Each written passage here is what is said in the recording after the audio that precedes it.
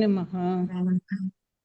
चैतन्यमनोभीष्टं स्थापितं येन भूतले स्वयं रूपः कदा मह्यं ददाति स्वपदान्तिकम्। वन्देऽहं श्रीगुरुं श्रीगुरु श्रीयुतपदकमलम् श्रीगुरुं वैष्णवांश श्रीरूपं साग्रजातं सगणललिता तं सजीवं साद्वैतं सावधूतं परिजनसहितं श्रीकृष्णचैतन्यदेवं श्रीराधाकृष्णपादान् सगणललितां श्रीविशाखान्वितां श्रीकृष्ण दीनबन्धो जगत्पते गोपेश गोपिकान्ता राधाकान्ता नमोऽस्तुते तप्तकाञ्चन गौराङ्गी राधे वृन्दावनेश्वरी वृषभानुसुते देवी प्रणमामि हरिप्रिये नमः कृष्णपृष्ठाय भूतले श्रीमते भक्तिवेदान्ता स्वामिनीति नामिने नमस्ते सरस्वती देवी गौरवाणी प्रचारिणे निर्विशेषा शून्यवादी पाश्चात्यदेशतारिणे वाञ्छाकल्पतरुभ्यश्च कृपा सिन्धुभ्यैव च पतितानां पावनेभ्यो वैष्णवेभ्यो नमो नमः। श्रीकृष्ण चैतन्य प्रभु नित्यानंद श्री अद्वैता गदाधरा श्रीवासादि गौर भक्तवृंद हरे कृष्ण कृष्ण कृष्ण कृष्ण हरे हरे राम राम राम हरे हरे। हरे कृष्णा कृष्णा कृष्णा हरे हरे हरे राम राम राम हरे हरे कृष्णा कृष्णा कृष्णा हरे हरे हरे राम राम जय जय श्री चैतन्य जय नित्यानंद जय अद्वैत चंद्र जय गौर भक्त वृंद जय जय श्री चैतन्य जय नित्यानंद जय अद्वैत चंद्र जय गौर भक्त वृंद जय जय श्री चैतन्य जय नित्यानंद जय अद्वैत चंद्र जय गौर भक्त वृंद। ओम नमो भगवते वासुदेवाय। ओम नमो भगवते वासुदेवाय। ओम नमो भगवते वासुदेवाय। मुखम करो thank you very much Mataji చెప్పండి ముఖం కరోత్ వాచనం చెప్పండి मुखम करोति वाचालं पंगुं लंघयते गिरिं यत्कृपातमहं वन्दे गुरुं दीनतारिणं परमानन्दमाधवं श्रीचैतन्य ईश्वरं। ఈశ్వరం థ్యాంక్ యూ మాతాజీ అవకాశం ఇచ్చినందుకు thank you very much thank you very much Hare Krishna. So మనము భగవద్గీత 17th చాప్టర్ చదువుకుంటున్నాం. లాస్ట్ పార్ట్ ఉంది కదా, నిన్న ఏం చెప్పుకున్నాం ఏమన్నా కొంచెం చెప్తారు ఎవరన్నా?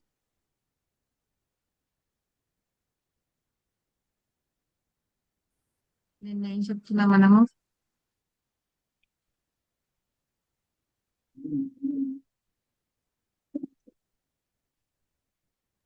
హరే కృష్ణ మాతాజీ. త్రిగుణాలు మూడు ఉంటాయి. ఆ మూడిట్లో సత్వగుణము, రజోగుణము, తమో గుణము, ఈ మూడు గుణాలలో మూడు రకాల యజ్ఞాలు చేస్తారు మాతాజీ. ఒకదానికేమో మనము ఏమి ఆశించకుండా చేసేది, రెండోదేమో డంబాలు పలకడానికి, వాళ్ళకి ఏదో అపాత్ర దానం చేయడానికి, మూడోదేమో మేము ఇంటిచ్చినాం మేము అంటించినాం అని చెప్పి ఏదో చెప్పుకోవడానికి చేస్తారు మాతాజీ. ఇంకా ఇంకొకటి కూడా చెప్తున్నాము, మూడు రకాల తపస్సు. మూడు రకాల తపస్సులు, వాచిక తపస్సు, దేహాత్మక తపస్సు, మానసికమైన తపస్సు, మూడు రకాలు ఉంటాయి. అందులో బ్రాహ్మణులు వాచిక తపస్సు ద్వారా అందరికి హితమైన మనకి ఆశీర్వాదాలు ఇవ్వడం అలాంటిది. ఎందుకంటే వాళ్ళు వేదం చదవడానికి వాళ్ళు అర్హులు అవుతారు కనుక అందుకని వాళ్ళకి మనం ఏదైనా అంటే దక్షిణ మనకున్న దాంట్లో ఏదైనా సేవ చేయవచ్చు. అంటే మనం ఇచ్చి వాళ్ళ ద్వారా మనం ఆశీర్వాదం పొందవచ్చు. దానం చేయడం అనేది పాత్రత నెరిగి దానం చేయాలి. వారి యొక్క అవసరాన్ని గుర్తించి అవసరానికి తగినట్లుగా దానం చేయాలి. అంతేగాని మనకు పుణ్యం వస్తుందని ఏదో ఒకటి ఎవరో ఒకరికి దానం చేయకూడదు. ఈ రెండు చెప్పాను. శరీరాన్ని శుభ్రంగా ఉంచుకోవడం, మనకి భగవంతుడు ఇచ్చిన ఈ అవయవాలని జాగ్రత్తగా ఉపయోగించుకోవడం, అది భగవంతుడి సేవకే వినియోగించడం ద్వారా మనం మళ్ళీ భగవంతుడి దాకా వెళ్ళే వరకు జాగ్రత్తగా కాపాడుకోవాలి మన దేహాన్ని కూడా. ఆ, ఇది ఒక తపస్సు అని నాకు అర్థమైంది మాట్లాడి.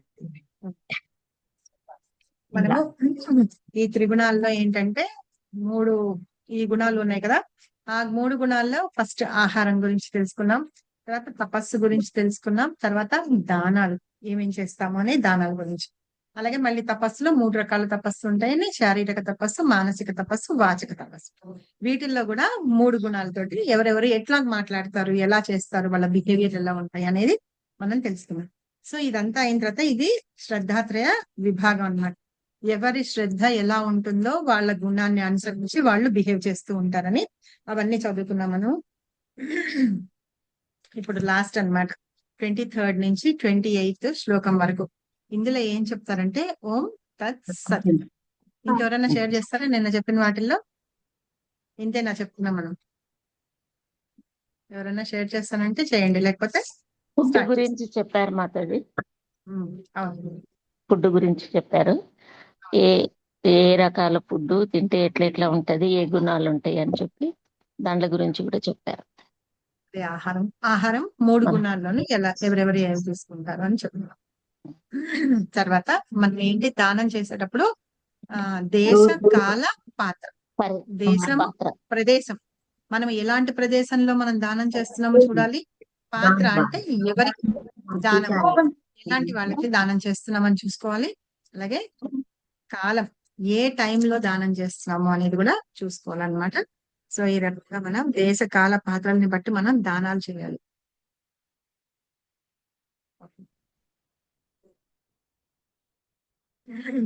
ఇప్పుడు లాస్ట్ సెక్షన్ వచ్చేటప్పటికి మనము 23 నుంచి 28 వరకు అన్నమాట. ఇందులో ఓం తత్ సత్. అది ఎవరంటారు చెప్పండి? ఎక్కువగా మనం క్లాసెస్ వింటూ ఉంటాం.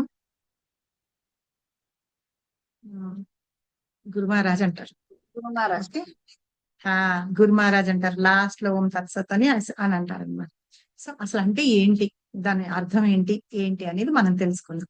అయితే నేను ఫస్ట్ మనకి గౌరంగ దర్శన ప్రభు గ్రామ్ నుంచి నేను ఎప్పుడు ఫాలో అవుతా. ఏదైనా సరే, నేను భాగవతమైనా సరే ఏదైనా సరే గౌరంగ దర్శన ప్రభుదే ఫాలో అవుతాను. సో గౌరంగ దర్శన ప్రభు బుక్ లో అందులో ఏమిచ్చారు అని ఒక్కసారి చదువుకొని తర్వాత మనం శ్లోకాల్లో చదువుతాం. అయితే ఈ భాగంలో ఏంటంటే మనము ఏదైనా సరే సరైన స్ఫూర్తి అంటే మన మనస్ దాని ప్రకారం ఒక యజ్ఞమైన, దానమైన, చిత్రం మంచిది కాదు. యజ్ఞమైన, దానమైన, తపస్సు అయినా సరే చేస్తాను చూసారా, అది ఏది దేవుడికి అంకితం అవుతుంది అనే దాని గురించి మనం ఇక్కడ తెలుసుకుంటాం. అంటే భగవంతుడి కోసం చేయాలి. అంకితం చేయడం అంటే మనం ఏది చేస్తున్నామో, ఏ దానమైనా సరే, యజ్ఞమైనా సరే, తపస్సు అయినా సరే, ఏదైనా సరే భగవంతుడి కోసం చేస్తున్నాము అని అన్నమాట. ఓం తత్ సత్ అనే ఈ 3 మాటలు అంటే ఓం తత్ సత్, ఈ 3 వర్డ్స్ ఏవైతే ఉన్నాయో పదాలు అంటాం చూసారా, అవి భగవంతుడిని సూచిస్తుంది అనమాట. ఎవరిని సూచిస్తుంది? పరతత్వం అంటే విష్ణు భగవాను సూచిస్తూ ఉంటుంది అనమాట. సూచిస్తూ ఈ ఎవరైతే బ్రాహ్మణులు వాళ్ళు వేద మంత్రాలు అవన్నీ చదువుతూ ఉంటారు చూసారా, మనకు తెలుసు కదా 4 వేదాలు ఉన్నాయని, ఋగ్వేద, యజుర్వేద, సామ, అథర్వణ వేదాలు కదా. వాటన్నిటిలో వాళ్ళు చదివేటప్పుడు, ఈ వేద మంత్రాల్లో చదివేటప్పుడు ఇవి వర్డ్స్ ఉపయోగిస్తారట. అవి ఎందుకు ఉపయోగిస్తారు అంటే ఆ పరమాత్ముడి యొక్క ప్రీత్యర్థం మేము చేస్తున్నాము అని చెప్పినప్పుడు ఇది ఉపయోగిస్తారట. ఓం తత్సత్ అనే విషయాన్ని ఉపయోగిస్తారట. సో ఈ 3 ఉపయోగిస్తారని. అయితే ఆ 3 పదాలకి అర్థం ఏంటి? ఓం తత్ సత్ అర్థమైందా? ఎందుకు ఉపయోగిస్తారు అని చెప్పాను నేను. మనం చేసే పని ఏదైతే ఉందో, పని అంటే యజ్ఞం కానీ, దానం కానీ, తపస్సు కానీ, మనం చేసేవి ఏదైనా సరే భగవంతుడి ప్రీత్యర్థం కోసం చేస్తున్నాము అని చెప్పడానికి ఈ వర్డ్స్ ఉపయోగిస్తారు. అర్థమైందా? హరిపూర్ ఓకే. సో కాబట్టి ఏంటంటే ఆ వర్డ్స్ యొక్క మీనింగ్ ఏంటి అనేది చెప్తాం అన్నమాట. ఓం అంటే ఏంటంటే శాస్త్ర నియమానుసారం ఎవరైనా సరే యజ్ఞము, దానము, తపస్సులు చేస్తుంటారు చూసారా, వాళ్ళు ఆ తత్వజ్ఞులు దేవాది దేవుని పొందడం కోసము వాటిని ఓం అనే విషయాన్ని స్టార్ట్ చేస్తూ ఉపయోగిస్తారన్నమాట. ఇప్పుడు మనము మామూలుగా ఏమన్నా అష్టోత్తరం పూజలు గాని, అష్టోత్తర శతనామావళి పూజలు గాని చేస్తాం కదా. అంతకు ముందంతా మనం చేసేవాళ్ళం కదా. ఇప్పుడు కూడా తులసి మహారాణికి పూజ చేస్తాం. దామోదర మంత్రుల పూజ చేసేటప్పుడు మనం ఓం తులసి అయి నమః అట్లాంటి చేస్తాం, అవునా? సో అట్లాగా ఓం అనేది చెప్తూ ఏంటంటారటంటే భగవంతుణ్ణి దేవాది దేవుని పొందడం కోసం మేము ఇప్పుడు చేస్తున్నాము అని అనడానికి మీనింగ్ అది ఓం అనే పదంతో ఉపయోగిస్తారట. అయితే తత్ అనేది దేనికి ఉపయోగిస్తారటంటే ఈ దానాలు ధర్మాలు యజ్ఞాలు ఏవేవైతే చేస్తున్నారో ఫలాపేక్ష రహితంగా, ఇప్పుడు నేను చేస్తున్న యజ్ఞం ఉందనుకోండి, దాని నుంచి నాకు వచ్చే రిజల్ట్ ఏంటి, అది నా కోసం నాకు కావాలి అని కోసం మనం చేయకపోవడం అన్నమాట. అందుకని తత్ అనే పదాన్ని ఉపయోగిస్తారట.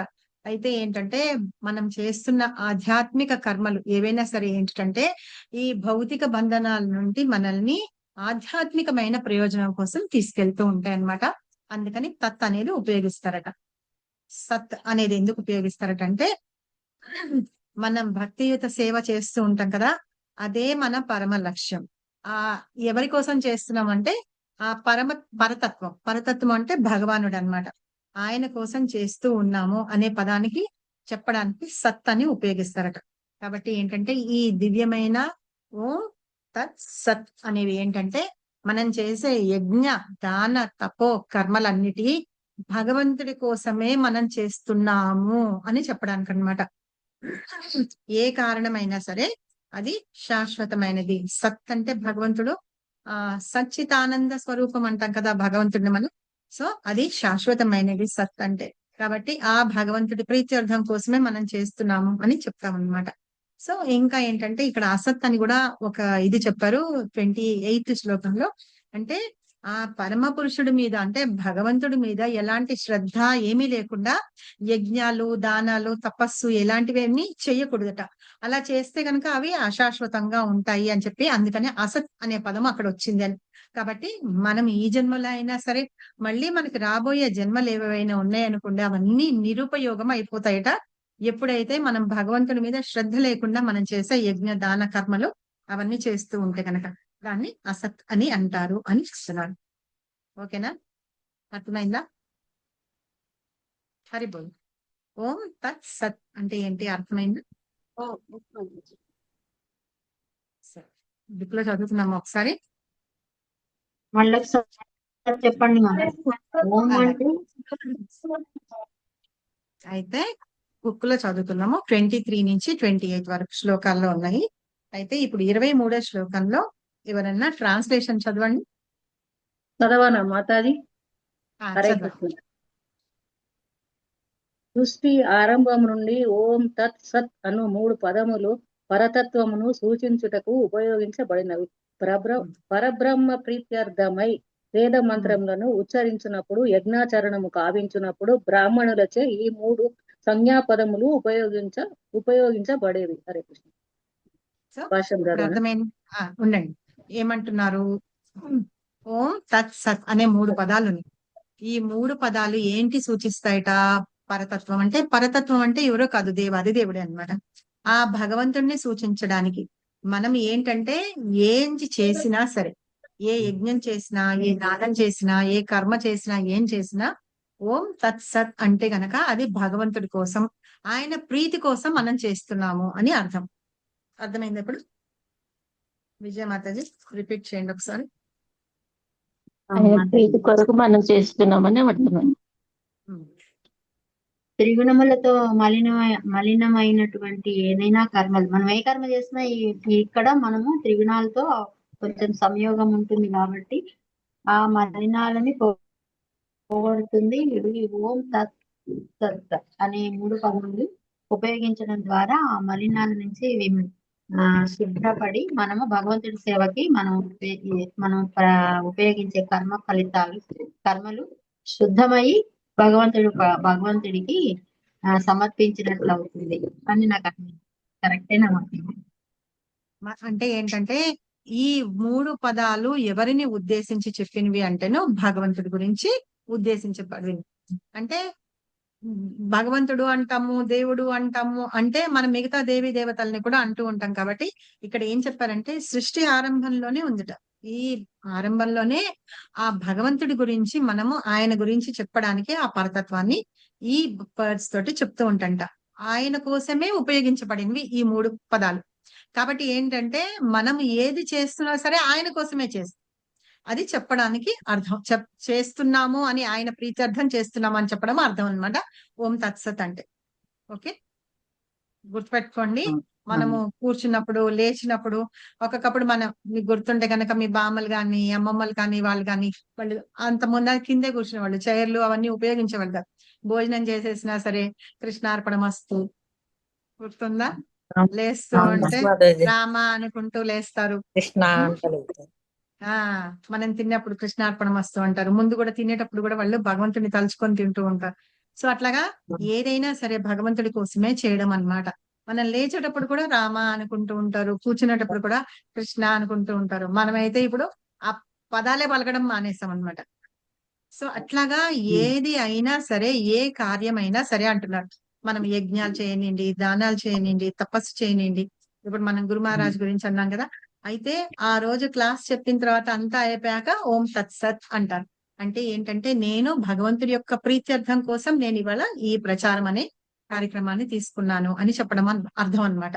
సో అలాగా అలా అనాలి తప్పించి మనం ఇష్టం వచ్చినట్టుగా మనం మాట్లాడుకోవాలి. ఇప్పుడు మనకి దీనికి అర్థం తెలిసింది. అర్థం తెలిసిన తర్వాత కూడా దాన్ని మనం ఎలా ఉపయోగించాలిట అంటేనో మనం గురువు యొక్క ఆదేశం లేకుండా ఉపయోగించకూడదు ఆ పదాలని. సో గురువు ద్వారా మనం తెలుసుకుని అలా ఉన్నప్పుడు అలాగా మనం ఉపయోగించాలి అని చెప్తున్నాం. సో ఇంకా ఏంటంటే ఈ మనం 3 గుణాల్లో ఉంటాం చూసారా. ఈ 3 గుణాల్లో కూడా మనం ఏంటంటే రకరకాల కార్యాలు అంటే కార్యం అంటే కర్మలు చేస్తూ ఉంటాం, పనులు చేస్తూ ఉంటాం.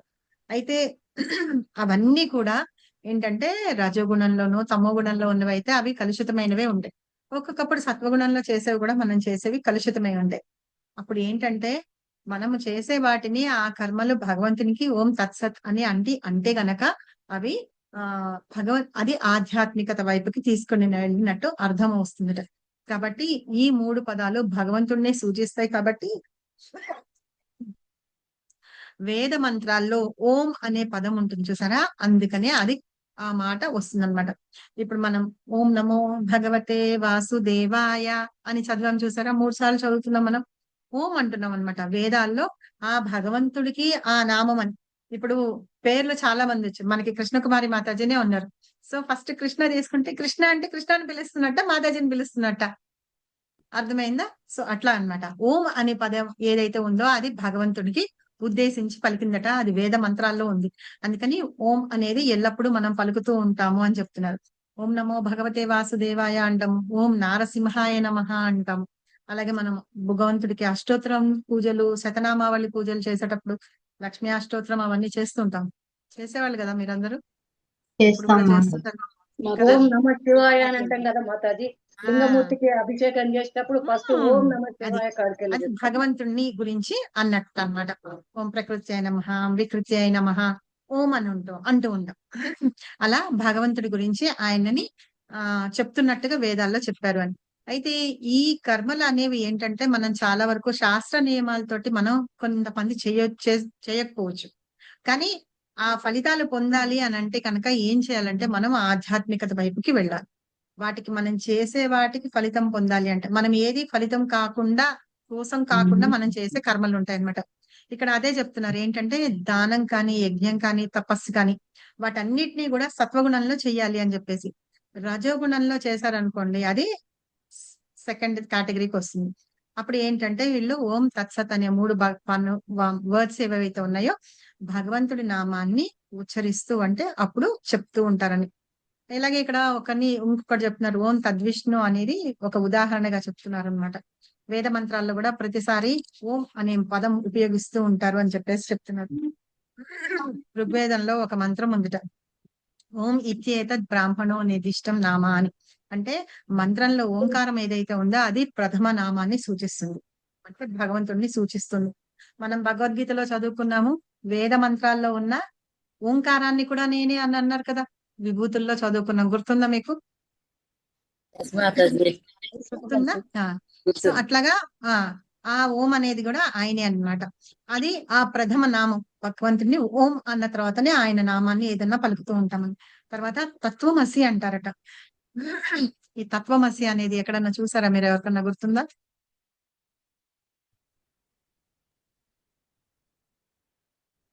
ఎవరికన్నా గుర్తుందా? కొన్ని రోజులు చాలా ఆ తత్వమసి అనేది మనకి అయ్యప్ప స్వామి జనవరి మంత్ లో మనము ఆ ఆ దర్శనం చేసుకుంటాం కదా, గుర్తుందా? ఒక నక్షత్రం జ్యోతి వస్తుంది కదా, జ్యోతి దర్శనం చేస్తాము. అయ్యప్ప అయ్యప్పది మకర సంక్రమణ. కరెక్ట్. మకర సంక్రమణ అన్న రోజు మకర జ్యోతి చూస్తాను చూసారా? ఇప్పుడు అయ్యప్ప స్వామి టెంపుల్ ఉంది కదా, ఆ టెంపుల్ పైన ఇక్కడ తత్వమసి అని ఉంటుందట. సో దాని గురించి కొన్నిసార్లు ఒక డిబేట్ ఇది అది అయ్యి తర్వాత కొన్ని రోజులు అందరూ నోళ్లు మూసేసుకున్నారంటే నేనే భగవంతుడిని అని. స్వయంగా భగవంతుడు చెప్తాడు నేనే భగవంతుడిని అని. సో ఇది ఎవరో రాసుకున్నది అది కాదుట. ఇది ఏంటంటే మన ఉపనిషత్తుల్లో వాటిల్లో ఉందిట. ఈ తత్వమసి అనే వర్డ్ట భగవంతుడి యొక్క రెండో నామాన్ని సూచిస్తుందిట. ఫస్ట్ ఓం అనేది సూచిస్తే రెండోది తత్వమసి అని సూచిస్తుందిట. అదే అలాగే సదేవ సౌమ్య అనేది అది కూడా చాంద్రోగ్య ఉపనిషత్తులో ఉంది. అది తృతీయ నామాన్ని సూచిస్తుంది అంటున్నారు. ఈ మూడిటి యొక్క కలయికనే ఓం తత్ సత్ అంటారు. ఫస్ట్ ఓం, రెండోది తత్వమసి అనింది, తత్ అనింది కదా, ఓం తత్ సత్. సదైవ సౌమ్య అంటే సత్, అది మూడు కలిపి ఓం తత్ సత్ అని ఉందిట. అర్థమైందా? ఈ పారాగ్రాఫ్ ఇక్కడ ఇది ఎవరైనా చదవండి కావాలంటే. ఈ మూడు పదములు వేద మంత్రాల నుంచి గ్రహింపబడినవి అని ఉంది కదా ఈ పారాగ్రాఫ్ లో, సెకండ్ పారాగ్రాఫ్ చూసారా ఎవరన్నా? మాతాజీ సెకండ్ పారాగ్రాఫ్ లో ఓం ఇది అట్టి మూడు పదాలు వేద మంత్రాల నుంచి గ్రహింపబడినవి అని ఉంది కదా, అక్కడి నుంచి చదవండి ఎవరన్నా. ఓం అను పదము చేర్చబడును కనుక ఇదే వేద మంత్రముకు సూచన. అట్టి ఈ మూడు పదముల వేద మంత్రముల నుండే గ్రహింపబడినవి. ఓం ఇత్యేతద్ బ్రహ్మణో నేదిష్టం నామ. ఋగ్వేద మంత్రము ఓంకారమును మరియు ప్రథమ నామమును సూచించును. తర్వాత తత్వమసి అను చాందోగ్యోపనిషత్తు 6.8.7 మంత్రము ద్వితీయ నామమును సూచించును. సదేవ సౌమ్య అను చాందోగ్యోపనిషత్తు 6.2.1 మంత్రము తృతీయ నామమును సూచించును. ఈ మూడింటి కలయికయే ఓం తత్ సత్. పూర్వము తొలిజీవుడైన బ్రహ్మదేవుడు యజ్ఞములను చేసినప్పుడు ఈ మూడు పదములతోనే దేవాది దేవుని స్తుతించెను. కనుకనే అదే నియమము గురు శిష్య పరంపర ద్వారా కూడా అనుసరించబడుతుండెను. కనుకనే ఈ మంత్రమునకు ఎంతో ప్రాముఖ్యత కలగదు. కనుకనే ఏ కార్యమునైనను ఓం తత్ అనగా దేవాది దేవుని కొరకు మాత్రమే చేయవలని భగవద్గీత ఆదేశించెను. ఎవరైనాను ఈ మూడు పదములతో కూడి దానము, తపస్సు, యజ్ఞమును నిర్వహించినచో అతడు కృష్ణ చైతన్యముతో వర్తించిన వాడగును. మానవుని తిరిగి భగవద్ధామమునకు చేర్చగల ఆధ్యాత్మిక కర్మలను శాస్త్రీయముగా నిర్వహించు విధానమే కృష్ణ చైతన్యము. అట్టి ఆధ్యాత్మిక మార్గంను వర్తించుటలో ఎన్నడూను శక్తి వృధా కాబోదు. హరే కృష్ణ మాతాజీ. సూపర్, అర్థమైందా? సో ఈ మూడు పదాలు ఏవైతే ఉన్నాయో ఓం తత్ సత్, అవి ఆ మూడు కూడా మన వేదాల్లోంచి వచ్చినవి. ఫస్ట్ ఋగ్వేదంలో మంత్రాలు ఏంటంటే భగవంతుడి గురించి చదివే మంత్రాలు ఉంటాయి అన్నమాట. అందులో ఫస్ట్ మంత్రమే అది ఓం అనేది. తర్వాత చాంద్రోపనిషత్తులో ఓం తత్ అనేది తత్వమసి నుంచి తత్ ఫస్ట్ అక్షరాలు తీసుకున్నారు. మూడవది ఏంటంటే సదైవ సౌమ్య అనే వర్డ్ ఏదైతే ఉందో మా పదము సత్ అనే దాని నుంచి తీసుకున్నారు అనమాట. అలాగా ఓం తత్ సత్ అనే ఈ మూడు పదాలు మనం సొంతంగా కల్పించుకున్నవి అలాంటివి ఏమీ కాదనమాట. ఇవన్నీ మన వేదాల్లోంచి వచ్చినవి అని ఈ మూడిటి కలయికే ఆ మూడు మంత్రాలు ఏంటి? ఓం తత్వమసి తదా సదైవ సౌమ్య. ఈ మూడు వాటిల్లోంచి తీసుకున్నదే ఓం తత్ సత్. ఈ మూడింటిని కలిపి చదువుతారనమాట. అయితే బ్రహ్మదేవుడు ఎవరు? ఫస్ట్ జీవి అన్నమాట. ఆయన తొలి జీవి. ఆయన యజ్ఞాలు చేసేటప్పుడు ఈ పదాలతోటి భగవంతుడిని ప్రార్థిస్తూ ఉంటారట, స్తుతిస్తూ ఉంటారు అని చెప్తున్నారు.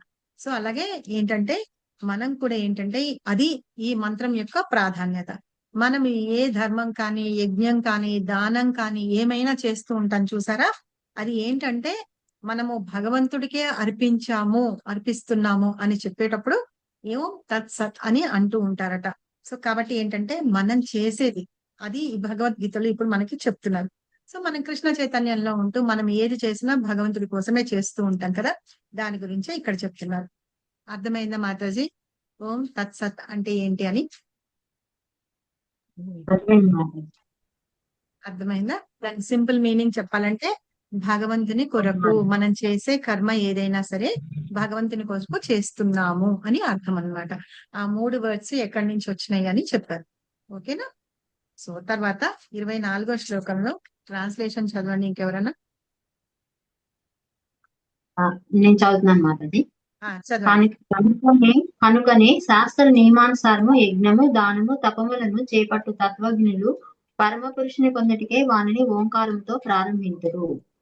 సూపర్. భాష్యం ఇప్పుడు కూడా ఏంటంటే చదవమంటారా? ఒక్క నిమిషం అండి చదువుదు. అయితే ఇక్కడ ఏం చెప్తున్నారు, మనం ఏ తపస్సు చేసినా యజ్ఞం చేసినా దానం చేసినా ఏం చేసినా సరే మనకి శాస్త్రాల్లో ఏది ఉందో వాటి పూర్వకంగానే మనం చెయ్యాలి. అలాంటి కాకుండా చేస్తే గనక వాటిని ఏమన్నాము, తమోగుణంలో చేసినవి. కొన్ని వాటికి ఎగెనెస్ట్ గా కూడా చేస్తూ ఉంటాం. ఇంకొకటి ఏంటంటే అందులో అలా చెప్పారు కాబట్టి నేను నా ఇష్టం వచ్చినట్టుగా చేసుకుంటూ ఉంటాను. అలాగా చేయకూడదు అనమాట. ఎప్పుడైతే మనం శాస్త్ర ప్రకారం చేస్తూ ఉంటామో అప్పుడు ఈ ఓం అనే పదాన్ని ఉపయోగిస్తారు. ఇప్పుడు యజ్ఞం చేస్తూ ఉంటారు మనకి ఉప్పుగూడలో నందనవనంలో చేస్తూ ఉంటారు కదా, ప్రతి స్వాతి నక్షత్రానికి నరసింహ యజ్ఞం చేస్తారు. అప్పుడు ఏం చెప్తారు, ఓం ఉగ్రం వీరం మహావిష్ణుం జ్వలంతం సర్వతోముఖం నరసింహం భీషణం భద్రం మృత్యోర్మృత్యోర్నమామ్యహం స్వాహ అని వేస్తూ ఉంటారు అనమాట. ఆ మంత్రం చదివేటప్పుడు ఫస్ట్ ఓం అని చదువుతారు. సో ఆ పదంతో స్టార్ట్ చేసి మనం చేయడంతో ఏంటంటే మనం చేస్తున్న ఈ కర్మ యజ్ఞం ఏదైతే ఉందో అది ఆయన కోసం చేస్తున్నాము అని అర్థం అన్నమాట. చదవండి మాతాజీ. ఋగ్వేదము 1.22.20లో ఓం తద్విష్ణోః పరమం పదం అని పలుకుచున్నది. అనగా విష్ణువు పాదపద్మములే దివ్య భక్తికి స్థానములు. దేవదేవుడైన శ్రీకృష్ణుని కొరకు వనర్చబడినది ఏదైనను కర్మల యందు సంపూర్ణత్వమును నిశ్చయముగా సిద్ధింపజేయును. ఇప్పుడు ఏంటంటే మనకి ఋగ్వేదంలో ఒక మంత్రం ఉంది, ఓం తద్విష్ణు పరమం పదం అని. అంటే మనం చేసేది ఏదైనా సరే ఆ భగవంతుని యొక్క పాద పద్మాలకి, అంటే మనం ఇప్పుడు శరణు పొందేది కూడా భగవంతుని యొక్క పాద పద్మాలు కావాలనే కదా మనం చేస్తూ ఉంటాం. మన ఏకైక లక్ష్యం కూడా అదే అన్నమాట. సో అది మనం చేసే కార్యాలన్నీ కూడా ఆయనకే చెందినవి అని చెప్తూ ఉందన్నమాట ఋగ్వేదంలో ఉన్న ఆ మంత్రం. తర్వాత నెక్స్ట్ చదవండి, 25 చదవండి ఎవరైనా. ఎవరు చదవకపోతే మీరే నేను చదువుతాను. చదవండి. 25 ఫలాపేక్ష రహితముగా ప్రతి వారును యజ్ఞము తపస్సు దానములను తత్ అను పదమును కూడి వనరించవలెను. భౌతిక బంధనము నుండి విడుదలను పొందుటయే అట్టి ఆధ్యాత్మిక కర్మల ముఖ్య ప్రయోజనం. మాతాజీ భాష్యం చదవాలన్నా కొంచెం. చదివేసేయండి. ఓం శ్రీల ప్రపాదికి జై. దివ్యమైన ఆధ్యాత్మిక స్థితి ఉద్ధరింపబడవలే వలెనన్నచో మనుజుడు భౌతిక లాభము కొరకై వర్తించరాదు. అనగా భగవద్ధామమును చేరుట ఎన్నడి చరమ లాభము కొరకు సమస్త కర్మలను వనరించవలను. హరే కృష్ణ. ఇక్కడ ఏం చెప్తున్నారంటే మనం చేసే యజ్ఞాలు దానాలు తపస్సులు ఏవేవైతే ఉన్నాయో అవి చేయడం ఏంటంటే తత్ అంటే ఏంటంటే మనము ఆ యజ్ఞం మూలంగా నాకు ఎలాంటి ఫలితము నేను ఆశించకుండా చేస్తున్నాను అని అర్థం అన్నమాట. ఇప్పుడు కొంతమంది పుత్రకామేష్టి యాగానికని చేస్తారు, కొంతమంది ధనం కావాలని చేస్తూ ఉంటారు, పిల్లలు పుట్టాలని చేస్తూ ఉంటారు, ఇట్లాంటివన్నీ కదా. అలాంటి ఫల ఆపేక్ష ఏమీ లేకుండా చేయడం అన్నమాట. మనం శ్రీమద్ భాగవతంలో ఫస్ట్ క్యాంటోలో ఫస్ట్ చాప్టర్ లో చదువుకునేటప్పుడు శౌనకాది ఋషులందరూ ఎక్కడ యజ్ఞం చేయడానికి కూర్చున్నారు, గుర్తుందా ఎవరికన్నా? నైమిషారణ్యంలో 1000 సంవత్సరాలకి యజ్ఞం కోసం చేయడానికి వాళ్ళు పూనుకుంటారన్నమాట. అది ఎందుకు చేద్దాం అనుకుంటారు వాళ్ళు? లోక సంరక్షణ కోసం, అంటే వాళ్ళ సొంత లాభం కోసము వాళ్ళ కోరికలు తీర్చుకోవడానికి కాదనమాట. అంటే లోక రక్షణ కోసము, అందరూ సుఖంగా ఉండాలి. పైగా ఎందుకు కలియుగం రాబోతోంది, కలి రాబోతున్నాడు అంటే అన్ని కష్టాలన్నీ ఉంటాయి కదా, వాళ్ళకి ఈ దీని ద్వారా వాళ్ళకందరికీ క్షేమం చేకూరాలి అని చెప్పి వాళ్ళు చేస్తుంటారు అనమాట. మామూలుగా మనం ఏం చేస్తాము, మన కోసం అని చేసుకుంటూ ఉంటాం అనమాట. మనకి ఇట్లా ఉండాలి అట్లా ఉండాలి అని చెప్పేసి చేస్తూ ఉంటాం. అలా కాదు. ఎప్పుడైతే మనము ఆపేక్ష అంటే ఏంటంటే మనం కోరుకున్నా అనమాట, దాని రిజల్ట్ మనకి ఇలా కావాలి అనుకోకుండా చేసేది భగవంతుడి కోసం చేసేది అవుతుంది. దాని అర్థం ఏంటంటే తత్ అంటే అదే అర్థం. సో అదే ఇక్కడ చెప్తున్నారు అనమాట. ఆధ్యాత్మిక రాజ్యంలో భగవద్ధామానికి తిరిగి చేరడమే మనందరి యొక్క కోరిక అన్నమాట. మనం చేసే కర్మల యొక్క సమస్త కర్మలు అందుకోసమే చేస్తూ ఉంటాం. మనం చెప్పాల్సిన అవసరం కూడా లేదనమాట. నేను భగవంతుడికి నీ ధామానికి చేరడానికి నేను ఇవి చేస్తున్నాను అనాల్సిన అవసరం లేదు. మనం చేసేవన్నీ అందుకోసమే చేస్తున్నాము. మనం అడగకుండానే భగవంతుడు అది మనకి ఇచ్చేస్తాడు. ఎప్పుడైతే మనం ఈ కర్మ ఫలాపేక్ష అంటే ఫ్రూటివ్ రిజల్ట్స్ మన కోసం కాకుండా చేస్తాం అన్నమాట. అలా చేస్తున్నప్పుడు మనం వెళ్తామని. అయితే ఆ వర్డ్ లో ఓం తత్ సత్ లో రెండో వర్డ్ తత్ అనే దానికి అర్థం అది అన్నమాట. భగవంతుడి కోసం చేస్తున్నాము అని చెప్పేసి చేస్తున్నాం అంటే ఫలరహితంగా చేస్తున్నాము అని. తర్వాత 26, 27 రెండు శ్లోకాలు ఉన్నాయి. ఇంకెవరన్నా చదవండి ట్రాన్స్లేషన్. అర్థమవుతుందని చెప్పి అర్థమవుతుందని చెప్పేది అర్థమవుతుంది మాట. చదవండి. భక్తియుత సేవా యజ్ఞమునకు పరమలక్ష్యమైన పరతత్వము సత్తాను పదముచే సూచించబడును. ఓ వృధా కుమార, దివ్యములై నుండి పరమ పురుషుని ప్రీత్యర్థమై వనరింపబడు సర్వ యజ్ఞ తపోదాన కర్మల వలె అట్టి యజ్ఞకర్త కూడా సత్ అనబడును. అంటే మనము చెప్తాం కదా సచ్చిత్. ఒక నిమిషం. సచ్చిత్ ఆనంద స్వరూపం భగవంతుడిది తెలుసు కదా మనకి. సత్ అంటే భగవంతుడు సత్యమని, చిత్ అంటే ఆనందం అంటే. సో ఇక్కడ ఏంటంటున్నారంటే ఆ సత్ అనే వర్డ్ పరమ సత్యం అంటే భగవంతుడే అన్నమాట. పరమ సత్యం ఆయన గురించే చెప్తుంది కాబట్టి అది భగవంతుడి నామాన్నే చెప్తుంది. కాబట్టి ఏంటంటే మనం చేసే యజ్ఞాలు తపస్సులు ఏంటంటే ఆ పరమ పురుషుని కోసమే చేస్తున్నాము అని అర్థం చేసుకోవాలన్నమాట. అది మూడో వర్డ్ సత్ అనే దానికి అర్థం. చదవండి మాత. శ్రీల ప్రభుపాదికి జై. భాష్యము. గర్భమునందు చేరుట మొదలుగా జీవితాంతము వరకు మనుషుని జీవన పవిత్రీకరణమునకై వేద వాంగ్మయమున పెక్కు శుద్ధి కర్మలు ఉపదేశింపబడినవి. ప్రశస్తే కర్మని విద్యుక్త ధర్మములు అను పదము సూచించుతున్నది. ఉపదేశింపబడినవని ప్రశస్తే కర్మణి అను పదము సూచించుతున్నది. జీవుని చర్మమోక్షమునకై అట్టి పవిత్రీకరణ విధానములు అవలంబింపబడును. ఆ కార్యములన్నింటి యందును ఓం తత్సత్ అను మంత్రమును ఉచ్చరింపవలనని ఉపదేశింపబడినది. ఇచ్చట సద్భావే మరియు సాధుభావే అను పదములు ఆధ్యాత్మిక స్థితిని సూచించుతున్నవి. కృష్ణ భక్తి భావనలో వర్తించుట సత్వము అనబడగా కృష్ణ భక్తి రసభావితుడైన భక్తుడు సాధువు అనబడును. ఆధ్యాత్మిక విషయములు భక్తుల సాంగత్యమున సుస్పష్టములు కాగలవని శ్రీమద్ భాగవతము 3.25.25 నందు సతాం ప్రసంగాత్ అను పదము ద్వారా తెలుపబడినది. అనగా సత్సాంగత్యము లేనిదే ఎవరును ఆధ్యాత్మిక జ్ఞానమును పొందలేరు. మంత్రదీక్షను వసగునప్పుడు గాని యజ్ఞోపవీతమును వేయనప్పుడు గాని గురువు ఈ ఓం తత్సత్ అను పదములను ఉచ్చరించును. అదే విధముగా అన్ని రకములైన యజ్ఞములందరి లక్ష్యము ఓం తత్సత్ భగవానుడు అనునదియే. తదర్థీయం అను పదము శ్రీకృష్ణ భగవానునికి సంబంధించిన సేవా కార్యములను సూచించును. అనగా ప్రసాదమును తయారు చేయుట, మందిర కార్యములందు సహకరించుట, శ్రీకృష్ణ భగవానుని కీర్తిని ప్రచారము చేయుట వంటి సేవలన్నింటినీ అది సూచించుతున్నది.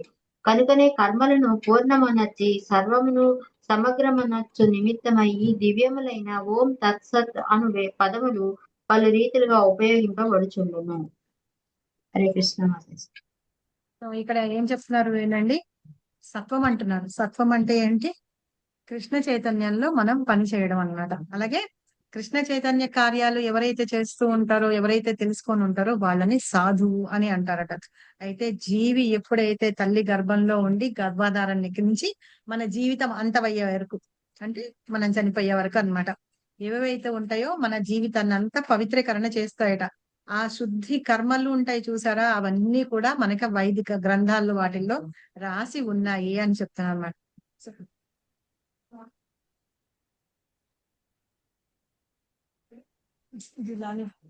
పక్కన. సో వైదిక కర్మలన్నీ సూచిస్తూ ఉంటాయి అన్నమాట. సో ఈ రకంగా ఏంటంటే అదే మనకి శ్రీమద్ భాగవతంలో కూడా సతాం ప్రసంగాత్ అని చెప్తుంది అనమాట. అంటే సత్సంగత్వం లేనిదే ఎవరు దివ్య జ్ఞానం పొందలేరు. మనకి 9 స్టేజెస్ ఆఫ్ భక్తి ఉంది. వాటిల్లో ఫస్ట్ మనకి శ్రద్ధ ఉండాలి. తర్వాత రెండోది ఏంటి? సాధు సంఘ. సో సాధువుల యొక్క సంఘంలో ఉండడం అన్నమాట. ఆ సాధువుల యొక్క సంఘంలో ఉంటూ మనం జ్ఞానాన్ని తీసుకోవడం అన్నమాట. అదే ఇక్కడ చెప్తూ ఉన్నారు. తర్వాత మనం అందులో ఉన్న తర్వాత భజన క్రియ చేస్తూ ఉంటాం. అలా ఎలా చెయ్యాలి ఏంటి అని సాధు సంఘంలో ఉండి మనం నేర్చుకుంటూ ఉంటాం అన్నమాట. ఇంకా అక్కడ ఏమైనా తప్పులు అవి చేస్తున్నాం అనుకోండి, పక్కన వాళ్ళ గురించి వాళ్ళని తెలుసుకొని వాళ్ళ దగ్గర నుంచి నేర్చుకుంటూ మనం తెలుసుకుంటూ ఉంటాం అన్నమాట. సో ఇంకా ఏమేం చేస్తారు, మనము కొన్ని క్రతువులు చేస్తూ ఉంటారు. యజ్ఞోపవేత ధారణ అంటే ఈ థ్రెడ్, సక్రెడ్ థ్రెడ్ అంటారు దాన్ని ఒడుగు అని కూడా అంటారు. అలా చేయడంలోను, కొన్ని యజ్ఞాలు చేయడంలోను, వాటన్నిటిలో ఈవెన్ మనం వివాహ ఇవి చేసే వాటన్నిటిలో కూడా ఇవన్నీ చెప్తూ ఉంటారు అనమాట. అక్కడ కూడా ఏంటంటే ఓం తత్ సత్ అని చెప్తూ ఉంటారు అని, అంటే దేవాది దేవుణ్ణి మనం చెప్తున్నాము, ఆయననే చెప్తున్నాము అని చెప్తున్నారు అనమాట. అంటే ఓం తత్సత్ అంటే భగవంతుడినే మనం చెప్తున్నాము, ఆయన పేరే చెప్తున్నాము అని అర్థం అంటాం. సో అలాగే ఇంకా ఏంటంటే తదీ అర్థం అంటే ఆయన కోసం చేసేవన్నమాట పనులు. మనం ఏమేం చేస్తాము, ప్రసాదం అంటే సిద్ధం చేస్తాం, భగవంతుడికి భోగా ఆఫర్ చేయడానికి మనం రెడీ చేసుకుంటాం. అలాగే మందిర కార్యాలు అంటే టెంపుల్లో చేసే పనులు ఏవేవైతే ఉంటాయో వాటన్నిటిలో మనం వెళ్ళి సహకరించడం, లైక్ మందిర మార్జనం చేయడం గాని, భగవంతుడికి ఆఫర్ చేస్తాను చూసారా వాటిని ప్రసాదం చేయడానికి వెజిటబుల్ కటింగ్ చేయడం గాని, ఇంకేమన్నా వెజిటబుల్స్ కొనుక్కు రావడం గాని అలాంటివన్నీ చేయడము, లేకపోతే భగవంతుడికి పూల మాలలు అలంకరించడానికి, లేకపోతే బట్టలు కుట్టడానికి ఆర్నమెంట్స్ అవన్నీ తయారు చేస్తూ ఉంటారు. అవన్నీ కూడా వాటన్నిటికీ ఆ మందిరంలో డైటీస్ కి వాటన్నిటికీ చేసే పనులు అన్నమాట. వాటన్నిటిలో కూడా మనం సహకారం అందించడం అన్నమాట. సో ఈ రకంగా ఏంటంటే మనము భగవంతుడి యొక్క నామాన్ని, ఆయన వైభవాన్ని కూడా మనం కీర్తిస్తూ ఉంటాం అన్నమాట. సో మనం చేసే పనులు వీటిని తదీర్థం, తీర్థం అని చెప్పి తీర్థయాం అని చెప్పి అంటారట. ఆ వర్డ్ సూచిస్తుంది మనం చేసే ఈ పనులని. కాబట్టి ఓం తత్సత్ అనే పదం ఏంటంటే మనం చేసే సమస్త కార్యాలు, అంటే వితౌట్ ఎనీ మనం ఏమి కోరిక లేకుండా మనం భగవంతుడి కోసం చేస్తున్నాము అనేది ఇక్కడ సూచిస్తుంది. అలాగ చేసే పనులప్పుడు ఉపయోగిస్తారు అని చెప్తున్నారు. ఇప్పుడు చూడండి, యజ్ఞోపవీత ధారణ అంటే ఒడుగు అవి చేస్తారు చూసారా, అక్కడ ఏమనుకొని మనకి ఏం ఫలితం కావాలని మనం అనుకుంటాం, ఏం లేదు, వాళ్ళకి గాయత్రి మంత్రం చెప్తారు కదా, అక్కడ చేసి ఆ యజ్ఞంలో వాటిల్లో చేస్తారు. కాబట్టి అక్కడ ఏమి కోరికలు అలాంటివన్నీ ఏమి ఉండవు అన్నమాట. సో అలాగా ఉపయోగిస్తూ ఉంటారు అని చెప్పడంలో ఇది అర్థం. ఓకేనా? అరుణకుమారి మాతాజీ, లలిత మాతాజీ ఇద్దరు హ్యాండ్ రైస్ చేశారు. ఈ లాస్ట్ శ్లోక ఇద్దరు చెరో పారాగ్రాఫ్ చదవండి. అరుణకుమారి మాతాజీ ఫస్ట్ ట్రాన్స్లేషన్ చేసి ఫస్ట్ పారాగ్రాఫ్ చదవండి. హరే కృష్ణ మాతాజీ. ఓ పార్థ, భగవంతునిపై విశ్వాసం లేకుండా చేయబడే యజ్ఞము, దానము లేదా తపస్సు శాశ్వతం కానిది. అది అసత్ అని చెప్పబడుతుంది. అది ఈ జన్మలో తర్వాతి జన్మలో రెండిట్లోనూ పనికిరాదు. మనం ఇందాక ఏం చెప్తున్నాము, సత్ అనుకున్నాం. సత్కి ఆపోజిట్ ఏంటి, అసత్. అసత్ అన్నమాట. అంటే ఏదైతే సత్ అంటే ఓం తత్ సత్ అన్నాం, అంటే సత్ అనే వర్డ్ ఉపయోగిస్తుంది భగవంతుడి కోసం చేస్తున్నాము అని, భగవంతుడి నామాన్ని ఉపయోగిస్తుంది. అది చెప్పుకున్నాం కదా. సచ్చితానంద అంటే సత్ అంటే భగవంతుడు అని, ఆయన దేవాది దేవుడే అని చెప్పుకున్నాం. ఏదైతే అసత్ అంటామో భగవంతుడు కానిదన్నమాట. ఏవైతే మనం భగవంతుడు కాని రూపం దానికి మనం ఇది చేస్తూ ఉంటామో, ఏ యజ్ఞం కానీ, దానం కానీ, ఇంకా ఏమైనా సరే తపస్సు కానీ చేస్తూ ఉంటామో అవన్నీ అశాశ్వతాలు అని అర్థం అన్నమాట. అసత్, వాటిని అసత్ అంటారు. సో అలాంటివి చేస్తున్నప్పుడట మనము ఈ జన్మలోనే కాదట, మళ్ళీ వచ్చే ఇంకా జన్మలు ఉంటాయి చూసారా మనకి, అప్పుడు కూడా మనకి నిరుపయోగంగానే ఉంటూ ఉంటాయి. ఎందుకు పనికి రావటం మనం చేసే అలాంటి యజ్ఞాలు. కాబట్టి ఏ యజ్ఞం చేసినా, ఏ దానం చేసినా, ఏ ధర్మం చేసినా, ఏం చేసినా భగవంతుని ప్రీత్యర్థము చెయ్యాలి. అందులో మనకి మళ్ళీ రిటర్న్ మనకు కావాలి అని చెప్పి ఏమో అనుకోకూడదు అనమాట. ఫలాపేక్ష ఉండకూడదు. చదవండి మాతాజీ పారాగ్రాఫ్. యజ్ఞమే గాని, దానమే గాని లేదా తపస్సే గాని ఆధ్యాత్మిక లక్ష్యం లేకుండా చేసేది ఏదైనా పనికిరానిది అవుతుంది. అందుకే అటువంటి కర్మలు అతి దుష్టమైనవని ఈ శ్లోకంలో ప్రకటించబడింది. ప్రతిదీ భగవంతుని కొరకే భక్తి భావంలో చెయ్యాలి. అటువంటి విశ్వాసం లేకుండా, సరియైన నిర్దేశం లేకుండా ఎటువంటి ఫలము కలగబోదు.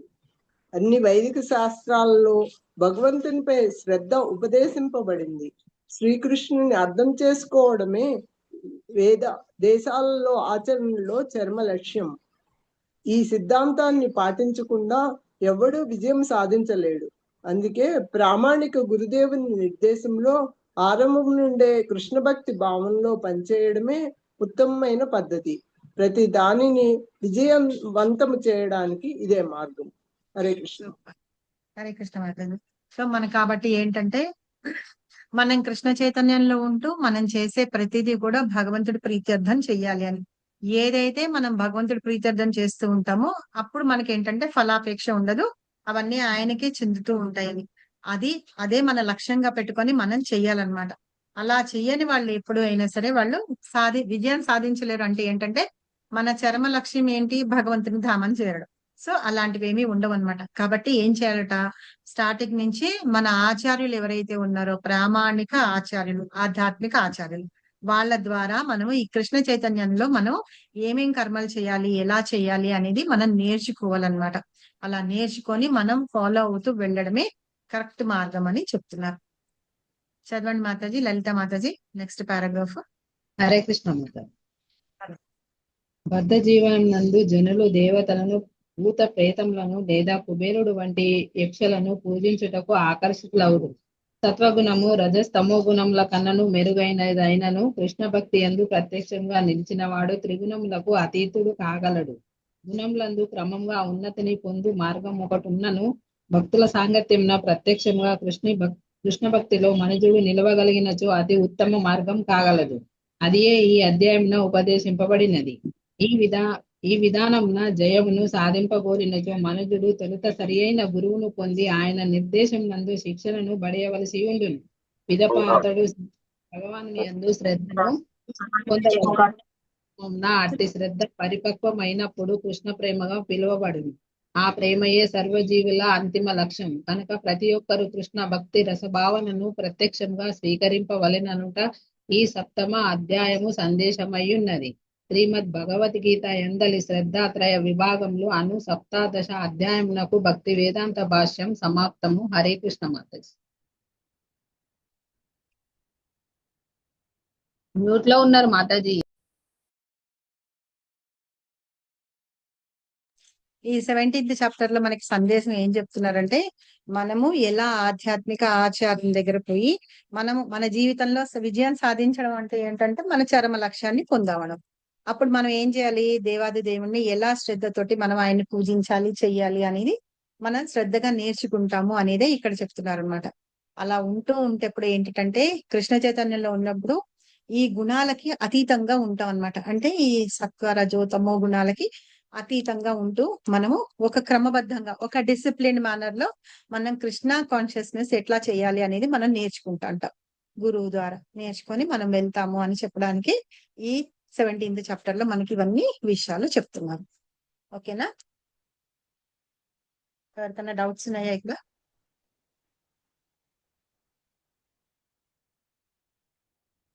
Very good.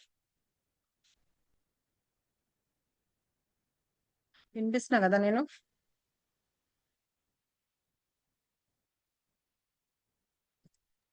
మాతాజీ భూత ప్రేత ఇది అంటే ఏంటి మాతాజీ? భూత ప్రేతాలను కూడా కుబేరుడు వంటి ఇక్కడ ఎక్కడ చెప్పారు చెప్పండి? ఇది 28వ దాంట్లో బద్ధ జీవనమునందు జనులు దేవతలను, భూత ప్రేతములను లేదా కుబేరుడు వంటి యక్షులను 17 మాతాజీ. बद्ध अवस्था में लोग देवताओं, भूतों या कुबेर जैसे यशों की पूजा के प्रति आकृष्ट होते हैं. ఎన్నో శ్లోకం మాతాజీ? ఇదే 28 శ్లోక 17th chapter last paragraph first line last. మన ఏంటంటారంటే బద్ధ జీవితంలో ఉన్న జనాలు ఏంటంటే దేవతల్ని, భూత ప్రేత పిశాచాలని, మళ్ళీ కుబేరుడు అంటే యక్షులు, కుబేరుడు యక్షుడు అన్నమాట. అంటే ఏంటి, మనం కుబేరుని పూజిస్తున్నాం అంటే ధనం కావాలని. లక్ష్మీదేవే కాదు, కుబేర వ్రతం అలాంటివి కూడా ఉన్నాయి, మీకు తెలుసా? అవును కుబేర మాతాజీ. వ్రతం ఉంటుందన్నమాట. సో ఇవి దేవీ దేవతల్ని కానీ వాళ్ళని కానీ పూజిస్తున్నాం అంటే ఒక పర్టికులర్ విషయం కావాలి, మనకు ఒక కోరిక కావాలి, తీరాలి అన్న దాని గురించి వాళ్ళని పూజిస్తూ ఉంటాం అన్నమాట. సో అలాగా ఇప్పుడు అలా చేసే వాళ్ళందరూ ఏంటంటే బద్ధజీవులుగా ఉన్న వాళ్ళందరూ ఇలా పూజిస్తూ ఉంటారు అని, వాటికి ఆకర్షింపబడతారు అని. ఇప్పుడు కుబేరుని పూజిస్తారు, కొంతమంది దేవీ దేవతల్ని పూజిస్తారు కదా, కొంతమంది భూత ప్రేతాలని పూజిస్తారు. అంటే మంత్రతంత్రాలు అవన్నీ చేస్తూ ఉంటారు చూసారా, అవును. అలాంటివి చేసేవాళ్ళు అనమాట. వాళ్ళకి ఏంటంటే జ్ఞానం ఉండదు, దేని గురించి, భగవంతుడి గురించిన జ్ఞానం ఉండదు. అప్పుడు తాత్కాలికంగా వాళ్ళ కోరికలు తీరాలనుకోండి, అప్పుడు అలాంటి వాళ్ళని పూజిస్తూ ఉంటారు అని చెప్తున్నారు. అది వాటికి ఆ. ఆకర్షించబడతాం అన్నమాట. అది సో సత్వగుణం అలా రజోగుణం. అయితే సత్వగుణము రజస్తమో గుణముల కంటే మెరుగైనది. ఇప్పుడు సత్వగుణంలో ఉన్నాం అనుకోండి, మనము భగవంతుని పూజిస్తాము, చాంటింగ్ చేస్తాము. సత్వగుణంలో ఉన్న వాళ్ళు ఎలాంటి ఆహారం తింటారు, ఎలాంటి వాళ్ళకి దానాలు చేస్తారు చెప్తారు కదా, అవును. సరేనా? కాబట్టి రజోగుణంలో కానీ తమో గుణంలో కంటే కూడా సత్వగుణంలో ఉండడం బెస్ట్. ఉమ్. మనందరం కూడా ఇప్పుడు చేస్తున్నదంతా ఏంటి అంటే, మనం ఒకవేళ తమో గుణంలో ఉంటే రజోగుణంలోకి రావాలి, రజోగుణంలో ఉంటే సత్వగుణంలోకి రావాలన్నమాట. సరేనా? భక్తి చేస్తూ మనం భగవంతుడి నామాన్ని శ్రద్ధతోటి చేస్తూ ఉన్నాం అనుకోండి, అప్పుడు ఈ త్రిగుణాల నుంచి మనం బయటపడి శుద్ధ సత్వగుణానికి వెళ్తాము. బ్రహ్మభూత స్థితి అంటారనమాట దాన్ని, శుద్ధ సత్వగుణానికి వెళ్తాం. కాబట్టి తమో గుణంలో కంటే కూడా రజోగుణంలో ఉండడం బెస్ట్, రజోగుణంలో కంటే సత్వగుణంలో ఉండడం బెస్ట్, సత్వగుణం కంటే శుద్ధ సత్వగుణం. ఎప్పుడైతే మనం సత్వగుణంకి వస్తామో అది గ్యారంటీ ఏం లేదు, మళ్ళీ రజోగుణంలోకి తమో గుణంలోకి వెళ్ళము అనేది గ్యారంటీ ఏం లేదు. సత్వగుణంలో ఉన్నప్పుడు రజోగుణంలోనూ ఉండొచ్చు, సత్వగుణంలో ఉన్నప్పుడు తమో గుణంలోకి వెళ్ళిపోవచ్చు, అలా వెళ్తాం అన్నమాట. అది దాని అర్థం. కాబట్టి కాకపోతే ఏంటంటే ఈ సత్వగుణంలోను రజోగుణంలో కంటే రజోగుణంలో తమో గుణంలో కంటే సత్వగుణం కొంచెం బెటర్. అందులో వాళ్ళు ఎట్లా ఉంటారు, కొంచెం శాంతంగా ఉంటారు, ఎలాంటి ఆహారం తింటారు, కాస్త అప్పటికప్పుడు వండిన ఆహారమే తింటారు, అవన్నీ తింటారని చెప్పాం కదా. అదే తమో గుణంలో ఉన్న వాళ్ళు పాచిపోయినవి, ఒక 2-3 రోజులు పెట్టుకుని ఉన్నవి, నీళ్లు గారిపోకుంటున్నవి, ఇంకొకళ్ళు ఎవరైనా ఎంగిల్ చేసినవి అవి తింటారంటారు. ఇప్పుడు మనం ఇలా ఉన్న తర్వాత ఎవరైనా తినాలంటే ఎట్లా ఉంటుంది మనకి, అసహ్యం ఉంటుంది. అదనమాట, అలాగా చెప్తున్నారు. కాబట్టి బద్ధ జీవితంలో అంటే మనందరం కండిషన్ సోల్స్ కదా, ఆ కండిషన్ సోల్స్ అందరూ ఏం చేస్తారట అంటే దేవీ దేవతల్ని పూజిస్తారట, కొన్ని కోరికలు అవన్నీ తీర్చుకోవడానికి. అలాగే కొంతమంది భూత ప్రేతాలని, కొంతమంది యక్షులు అని, కుబేరు లాంటి వాళ్ళని పూజిస్తారు. సరేనా మాతాజీ? ఓకే మాతాజీ.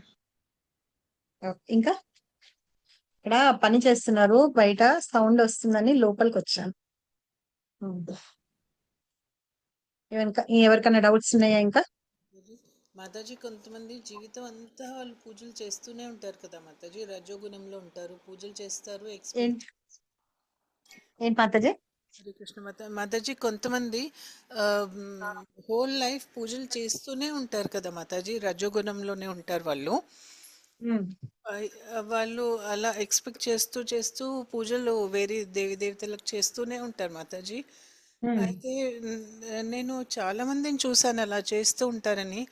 వాళ్ళకి ఎప్పుడు మాతాజీ అది ఈ జ్ఞానం వచ్చేది, మనం సతోగుణంలో పోవాలని చెప్పి? వాళ్ళకి ఎప్పుడు ఆ జ్ఞానం అనేది వస్తుంది అంటే, వాళ్ళకి ఎప్పుడైతే కొంచెము మనం చైతన్య చరితామృతలో చదువుకుంటాం చూసారు, గురు కృష్ణ కృపపాయ భక్తి లతా బీజం, వాళ్ళు ఎప్పుడు అలా చేస్తూ చేస్తూ ఉన్న తర్వాత వాళ్ళకి ఆ కోరికలు తీరవు చూసారా. తీరనప్పుడు ఒకటి చాలా ఇదిగా తయారైపోతారు. అలా తయారైనప్పుడు కూడా వాళ్ళు ఏం చేస్తారు, ఈ విరహము వీటన్నిటిలోకి వెళ్ళిపోయి అవి దొరకలేదు ఇది అని చెప్పేసి అలా అయిపోయిన తర్వాత భగవంతుడి దగ్గరికి వెళ్ళు అని చెప్పేసి కృష్ణుని గురించి చెప్తే అట్లా వెళ్ళొచ్చు.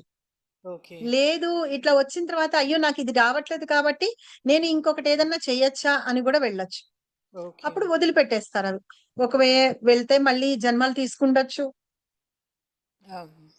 గురు కృష్ణుడి యొక్క ఆ దేవతల యొక్క దీని ద్వారానే ఏంటంటే కృప ద్వారానే వాళ్ళకి ఎవరో ఒక మంచి వైష్ణవుడు వాళ్ళ జీవితంలో తారసపడొచ్చు. ఏం చెప్తామంటే మనకి గోపికలు ఉన్నారు చూసారా, గోపికలు కూడా కాచాయిని వ్రతం చేస్తారు. మరి అక్కడే కృష్ణుడు ఉన్నాడు కదా, కృష్ణుడు ఉన్నప్పుడు కృష్ణుడితోటి ఉంటూ ఉన్నప్పుడు కృష్ణుడినే పూజించాలి కదా. మరి కాత్యాయని వ్రతం ఎందుకు చేస్తారు తెలుసా మీకు? కాత్యాయని వ్రతం స్టార్ట్స్ అని చెప్పేసి మనకు వస్తుంది అంటే మంచి భర్త వైష్ణవ రావాలని క్యాలెండర్ లో. భర్త రావాలని చేస్తారని అంటారు మాతాజీ. కాత్యాయని చెప్పండి వ్రతం అందరూ. అమ్మవారు.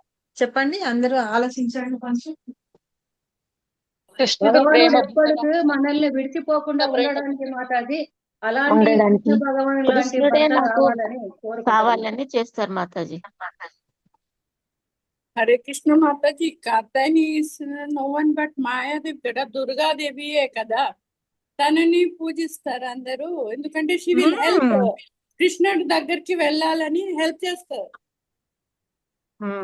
అయితే ఈ కాత్యాయని దేవిని కూడా ఏం పూజిస్తారంటే వాళ్ళందరూ కృష్ణుడే భర్తగా, కృష్ణుడి లాంటి వాళ్ళు కాదు, కృష్ణుడే మా భర్తగా దొరికేటట్టుగా చేయమని చెప్పి వాళ్ళు కాత్యాయని వ్రతం చేస్తారనమాట. గోపికలందరూ వెళ్ళి అక్కడ కాత్యాయని దేవికి పూజ చేస్తూ ఉంటారంట. సో ఇప్పుడు ఎందుకు అలా చేస్తారు అంటే ఆ దేవతలు ఎవరైతే ఉన్నారో వాళ్ళు కూడా కృష్ణుడిని మనకి ఇస్తారట. అర్థమైందా? ఇప్పుడు చూడండి, చాలా మంది వేరే వేరే దేవతలందరినీ పూజించిన వాళ్ళమే మనం అందరం కూడా. అలా వెళ్ళిన తర్వాత కొంతమంది శివుణ్ణి పూజించి ఉన్నాం. శివుడు భగవంతుడి యొక్క శుద్ధ భక్తుడు కదా. సో ఆయన ఏం చేశాడు, నాకు భక్తి చేసావు కదా, నాకు చాలు ఆనందించేశాను, నువ్వు ఇంకొక మెట్టు పైకెక్కు. పైకెక్కాలి అంటే ఏం చేయాలి, నువ్వు వెళ్ళి కృష్ణుని పూజ చేయాలి అని చెప్పేసి మనం భక్తి అక్కడికి వెళ్ళి నువ్వు అక్కడికి వెళ్ళి ట్రాన్స్ఫర్ ఎక్కువ అని చెప్పేసి మనకి పంపించేస్తాట, ప్రమోషన్ ఇచ్చినట్టు. సో అప్పుడు మనం కృష్ణ భక్తి చేస్తాంట. సో అట్లాగా వాళ్ళకు కూడా ఏ జన్మలోనో ఎవరన్నా ఉంటేనో, లేకపోతే ఆ దేవతల యొక్క కృప అది ఉంటేనో ఒక మంచి వైష్ణవుడు వాళ్ళ జీవితంలోకి వచ్చి వాళ్ళకి ఇస్తారు. కానీ చేస్తూనే ఉంటారు. చేసిన తర్వాత ఏంటంటే ఎప్పటికైనా విసిగిపోవాల్సిందే వాళ్ళకి దొరకలేదు అంటే గనక. ఒకవేళ అవుతుంది అని అంటే వాళ్ళు ఆ యజ్ఞాలు గాని తపస్సులు గాని చేస్తున్నందు మూలంగా వాళ్ళ కోరికలు తీరుతూ ఉన్నాయి అంటేనే చేస్తారు. కానీ కొంతకాలం తర్వాత అవి అవ్వవు. ఎప్పటికైనా సరే అవన్నీ తాత్కాలికమైనవి అనమాట, పర్మనెంట్ కాదు, టెంపరీ ఇన్ నేచర్. సో కాబట్టి ఏంటంటే అవి వాళ్ళకి దొరకవు. కాబట్టి అప్పుడు వాళ్ళు కంపల్సరీగా భగవంతుడిని పూజిస్తారు. ఓకేనా? అయితే ధ్రువుడు తెలుసు కదా మీకు అందరికి. తెలుసు. ధ్రువుడు తెలుసు కదా. ధ్రువుడు ఏం చేస్తాడంటే భగవంతుడిని పూజిస్తాడు, తర్వాత ధ్రువలోకం అవన్నీ పొందుతాడు. అంతా అయింది కదా, వచ్చేస్తాడనమాట. వచ్చిన తర్వాత ఏం వరం పొందుతాడు, 36,000 సంవత్సరాలు ఈ భూలోకంలో పాలించి తర్వాత ఏంటంటే ముసలివాడు కాకుండా, అంటే వృద్ధుడైపోయిన వాళ్ళకి పళ్ళు ఊడిపోవడం ఇలాంటివన్నీ ఉంటాయి చూసారా, అలాంటివన్నీ ఏమి ఉండవు అనమాట. చక్కగా అలాగే యవనంగా ఉంటాడు. అలాగే ఉంటూ నువ్వేం చేస్తావు, ఎలా ఉన్నావో అలాగే నా ధామానికి వచ్చేసేయమని చెప్పేసి భగవంతుడు ఆయనకి వరం ఇస్తాడనమాట. సో అలాగా ఉంటాడు, వచ్చేస్తాడు, ఇంటికి వస్తాడు. కొన్ని రోజుల తర్వాత ఏమవుతుందంటే అతని తమ్ముడు ఉన్నాడు, ఎవరు, సురుచి ఉంది కదా, స్టెప్ మదర్. ఆవిడ మూలంగానే కదా అడవులకి వెళ్ళి తపస్సు చేసి వచ్చాడు. సరేనా? అవును. ఆ సవితి తల్లి మూలంగానే వెళ్ళాడు కదా. ఆ తల్లి యొక్క కొడుకు ఒకడొత్తను ఉంటాడనమాట, ఉత్తముడు.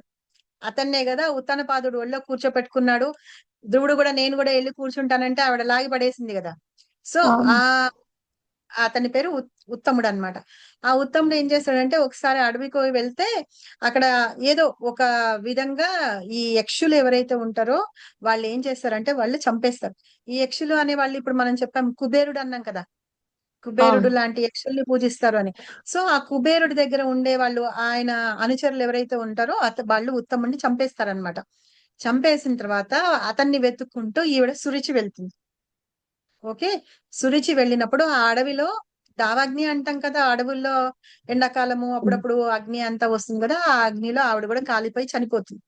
చనిపోయిన తర్వాత ఈ మనకి ధ్రువుడు ఏం చేస్తాడంటే ఎంత ఏమైనా సరే, అంత భగవంతుడి దర్శనమైనా అంత ఇదైనా సరే మనలో ఉండే కోరికలు అవేవో ఉంటాయి చూసారా, అవి ఉంటాయిట.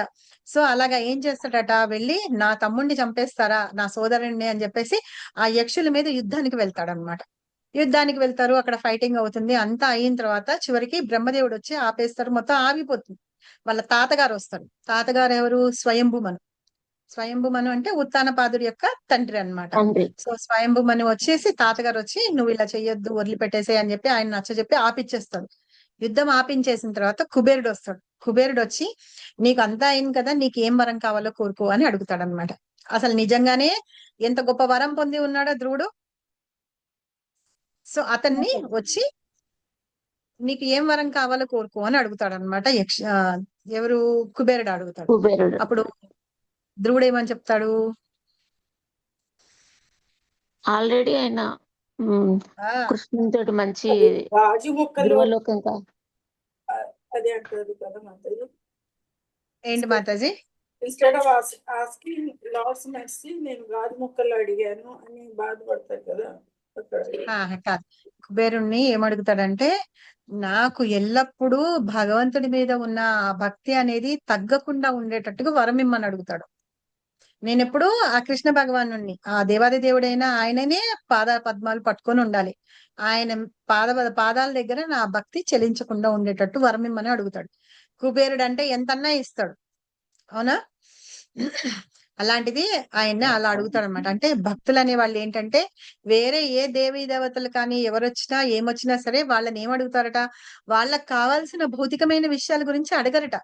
భగవంతుని భక్తులు అనేవాళ్ళు ఆ భగవంతుని యొక్క భక్తే మేము నిర్విరామంగా చేస్తూ ఉండాలి అని అడుగుతారనమాట.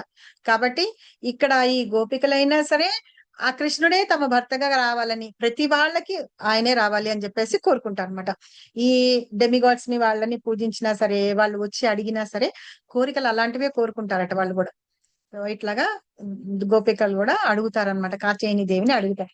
ఇంకొక విషయంగా చెప్పాలంటే ఆవిడ మాయాదేవి కూడా ఇందాక మాతాజీ చెప్పినట్టుగా. సో ఆవిడ వచ్చి వీళ్ళని పట్టుకోకుండా అన్నమాట, మేము ఎప్పుడు కృష్ణుడిని మర్చిపోకుండా ఉండేటట్టు నువ్వే వరం ఇవ్వు, ఆయనే మా భర్తగా కావాలి అని వాళ్ళు కోరుకుంటారు. సో ఈ రకంగా ధ్రువుడు గాని ఎవరైనా సరే అందరూ కూడా భగవంతుని యొక్క భక్తులందరూ ఆయన చరణాలు మాత్రమే కోరుకుంటారన్నమాట ఎల్లప్పుడు కూడా. సో ఇట్లాగే వీళ్ళందరూ ఇందాక మాతాజీ అడిగినట్టుగా వాళ్ళు ఇలా చేస్తూ చేస్తూ ఉన్నారు అనుకోండి, చేస్తూ ఉంటే ఎప్పుడో వాళ్ళలో ఏదో ఒక మార్పు రావచ్చు. లేకపోతే వాళ్ళే వీళ్ళని ఇక చాలు, నాకు చేసింది, నేను సంతోషించేశాను, నాకంటే పైన ఇంకో ఆయన ఉన్నాడు, దేవాది దేవుడు ఉన్నాడు అని చెప్పేసి వాళ్ళ దగ్గరికి పంపించడానికి కూడా వాళ్ళు చేస్తూ ఉంటారు అనమాట. సో ఆ రకంగా వాళ్ళకి అలాగా భగవద్భక్తి అనేది వస్తుంది కొంచెం కొంచెంగా. ఓకే మాతాజీ, థ్యాంక్ యూ మాతాజీ, థ్యాంక్ యూ సో మచ్. ఇంకెవరికన్నా? మనకు కూడా అట్లాంటి కోరికనే ఉండాలని భగవంతుని రోజు కోరుకుంటూ ఉండాలి మాతాజీ. ఇట్లా అడుగుతుంది. అవును, మనము ఆ కోరిక కాదు, మనం ఏం చేయాలంటే ఫస్ట్ భగవంతుడి నామాలు ఏవేవైతే ఉన్నాయో అవి జపం చేయాలి ఫస్ట్, సరేనా? మొన్న నేను ఎక్కడ చెప్పాను మీకు ఎగ్జాంపుల్, మీకు ఏదైనా చైతన్య చరితామృతిలో చెప్పానా మీకు?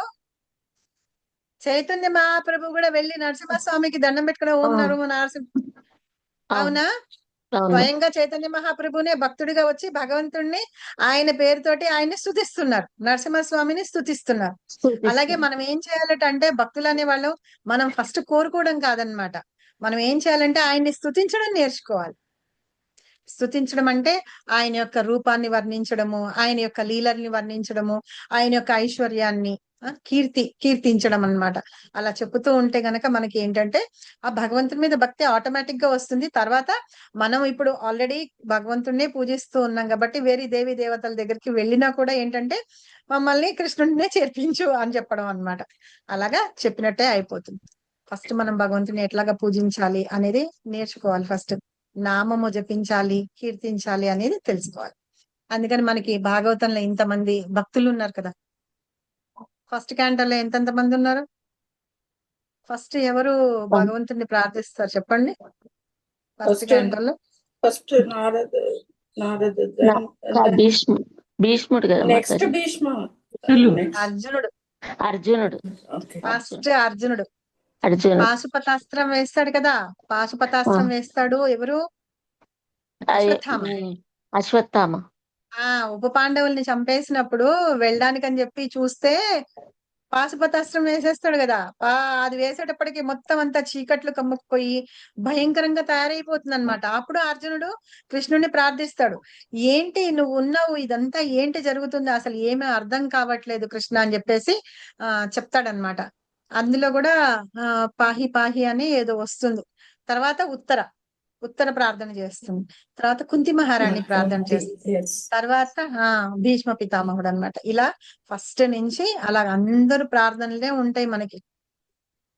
ఓకేనా? సో మనం ఎలాగ ప్రార్థించాలి అంటే మన వీళ్ళెవరున్నారు, మన భక్తులు, అంటే మన భక్తులు కాదు, మన స్క్రిప్చర్స్ లో ఉన్న భగవద్భక్తులు ఎవరైతే ఉన్నారో వాళ్ళని చూసి మనం నేర్చుకోవాలన్నమాట. అలాగే ఓకే, నేను ఇది ఆఫ్ చేస్తాను, మన కాన్వర్జేషన్ పెరుగుతుంది, స్టాప్.